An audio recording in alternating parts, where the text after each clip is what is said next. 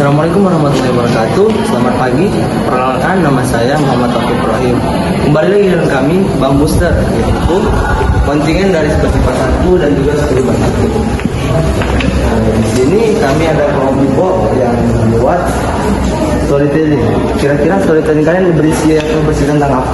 Baiklah, sesuai dengan tema kegiatan storytelling kita pada perayaan acara Hari Pendidikan Nasional, yaitu tentang alur kisah hidup B.J. Habibie. Jadi kami mengambil dari sebuah buku yang berjudul Pesawat Habibie, Sayap-Sayap Mimpi Indonesia, yang ditulis oleh Arimbi Bimo Seno.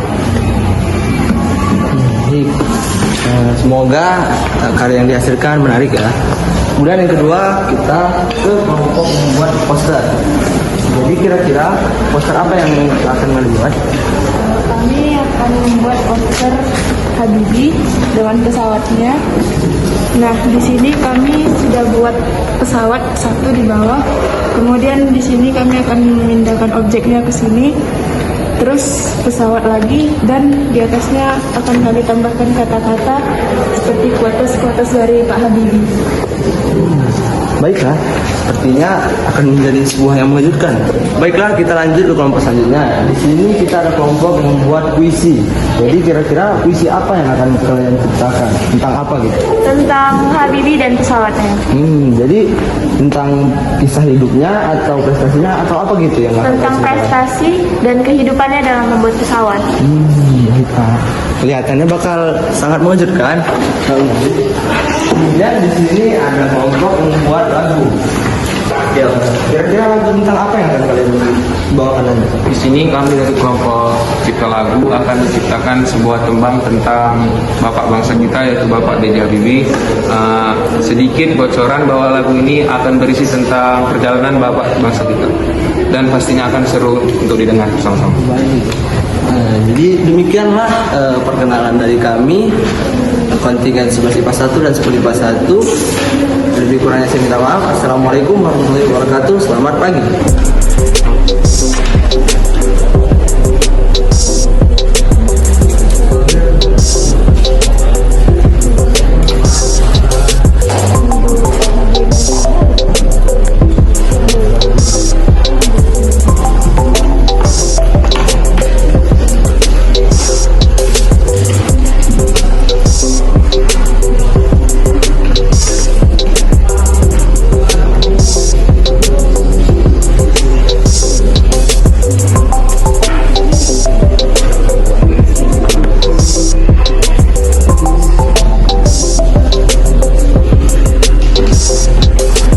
Oke, baik, kita lihat bagaimana hasil dari masing-masing kelompok.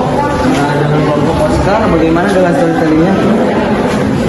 Baiklah, jadi kami akan menceritakan secara ringkas buku yang telah kami baca. Pertama, kita mulai dulu ya dari perkenalan B.J. Habibie. Fahrudin Yusuf Habibie, yang kita kenal dengan B.J. Habibie, merupakan pria berkelahiran 1936, tepatnya pada tanggal 25 Juni di Parepare. Beliau memiliki seorang istri yang bernama Hasri Ainun Besari, dan dikaruniai dua orang putra yang bernama Ilham Habibie dan Kemal Tarik Habibie.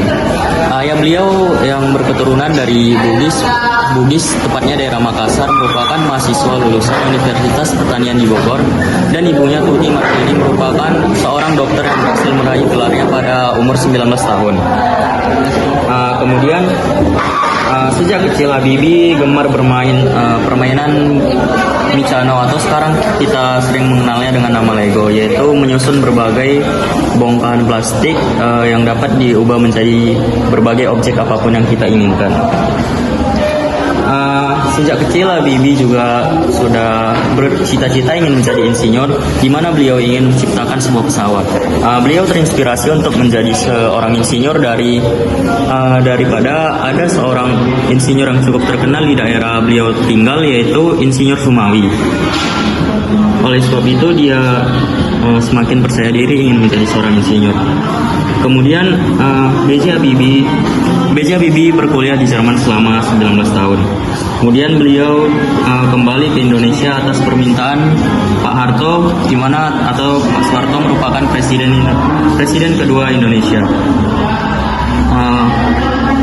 beliau dipercayai Pak Harto dapat mengembangkan teknologi untuk membuat pesawat terbang.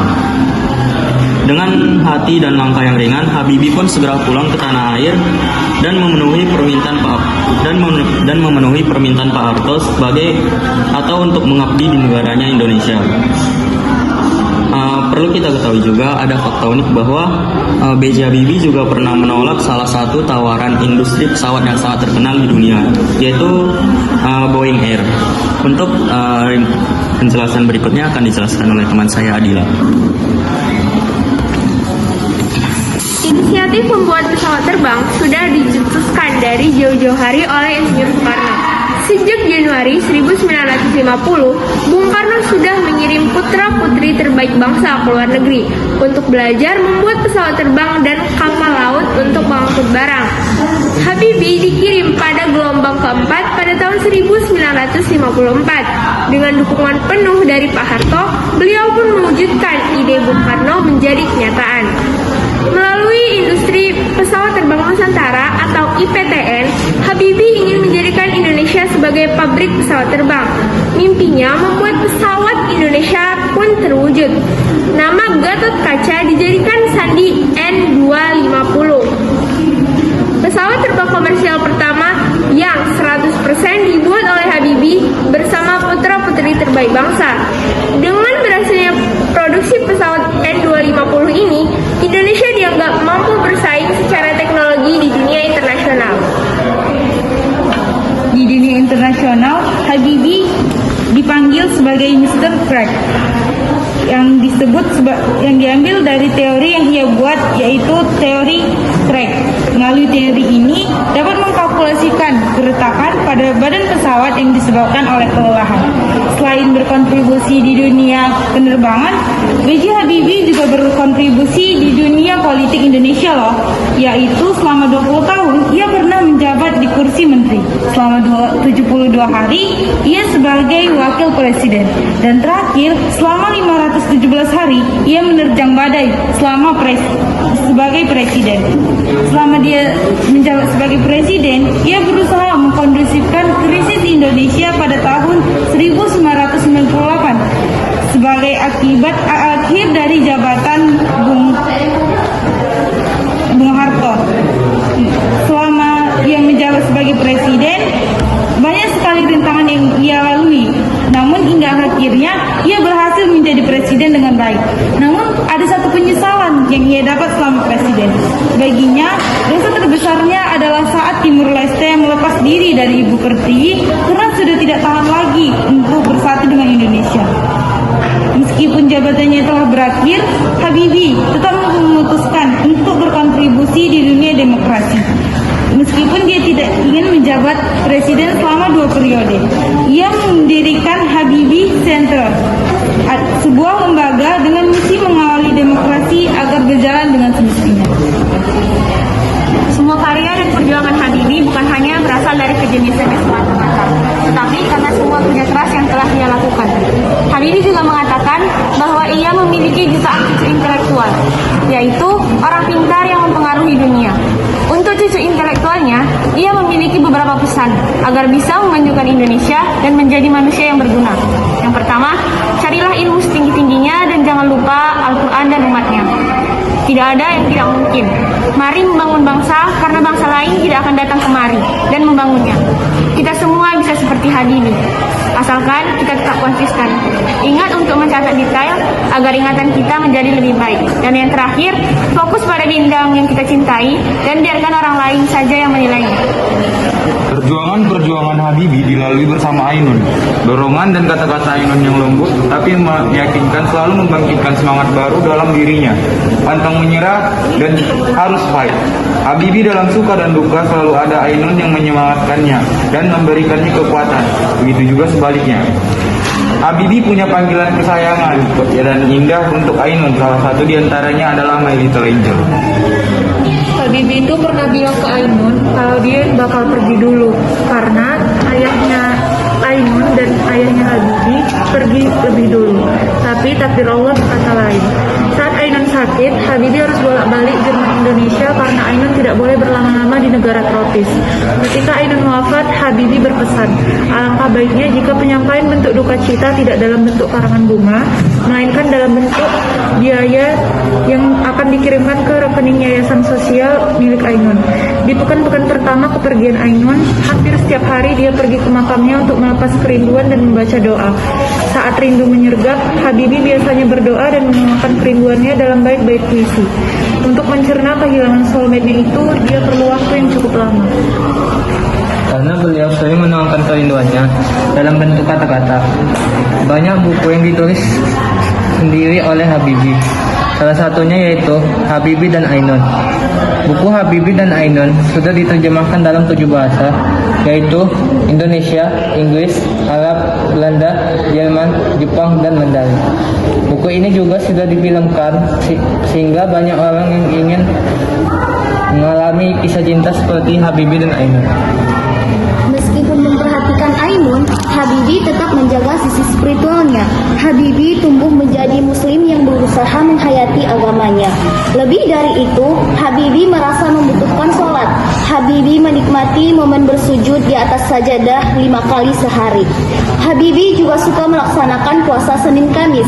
Sebelum kepergian Ainun, Habibie dan Ainun menikmati momen saat sholat dan berdoa di dekat pusaran energi Ka'bah, kiblat orang sholat di seluruh dunia. Jadi, dari kisah Habibie, kita harus tetap berjuang, meraih mimpi dan mencintai orang di sekitar kita, serta tetap mengingat kepada Allah yang Maha Kuasa. Baiklah, itulah hasil dari kelompok kami yang studi tentang B.J. Habibie. Selanjutnya kita akan ke kelompok poster.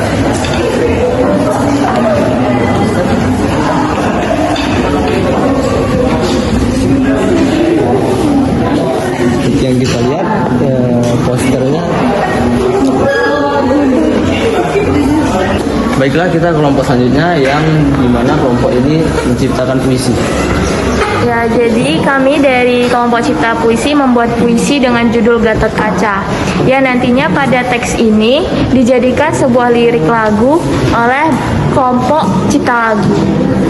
Nah, isi dalam puisi ini tentang pesawat hasil karya Pak Habibie. Dan baiklah, selanjutnya akan kita lanjutkan kelompok yang akan menyanyikan sebuah lagu. Silakan mulai. Ya. Buatan pemikiran mengandungkan pesawat hingga dikenal dunia, mengudara di langit Nusantara, Gatot Kaca dan sejarah hebatnya. Buatan pemikiran mengagumkan, rakit pesawat hingga dikenal dunia, mengudara di langit Nusantara, Gatot Kaca dan sejarah hebatnya. Baiklah, dengan berakhirnya lagu tadi, maka berakhirlah presentasi dari Bambu. Sekian dari kami. Saya Indra Fitrahim, pamit undur diri. Assalamualaikum warahmatullahi wabarakatuh. Selamat pagi.